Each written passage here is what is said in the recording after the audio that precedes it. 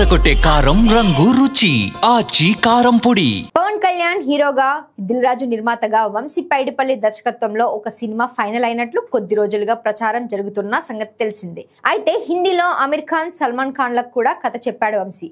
అమీర్ ఖాన్ ఎందుకో పెద్దగా ఆసక్తి చూపించలేదని వార్తలు రాగా, సల్మాన్ ఖాన్ కూడా చివరి నిమిషంలో నో చెప్పినట్టుగా వార్తలు వచ్చాయి.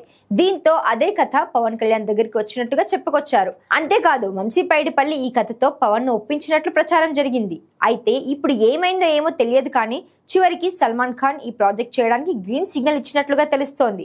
ఈ నేపథ్యంలో దిల్ రాజుతో పవన్ కళ్యాణ్ సినిమా ప్రస్తుతానికి ఉండే అవకాశం అయితే లేదని అంటున్నారు. ప్రెజెంట్ ఆ ప్రాజెక్ట్ హోల్డ్ లో పడినట్టుగా తెలుస్తోంది. అయితే పవన్ కళ్యాణ్ తో వంశీ పైడిపల్లి వేరే సినిమా చేస్తారా, లేక పవన్ వేరే సినిమాలు పూర్తి చేసిన అనంతరం వంశీ పైడిపల్లి ఆయనకు మరో కథ సిద్ధం చేస్తారా అనే విషయం మీద క్లారిటీ రావాల్సి ఉంది.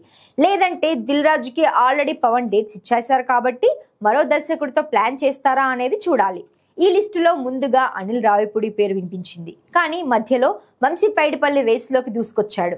ఇప్పుడు వంశీకి సల్మాన్ తో సినిమా సెట్ అయితే దిల్ రాజు అనిల్ తో లేదా మరో దర్శకుడితో పవన్ ప్రాజెక్ట్ చేసే ఛాన్స్ ఉంది. మరి దిల్ రాజు పవర్ స్టార్ ఎలా ప్లాన్ చేస్తున్నారో చూడాలి.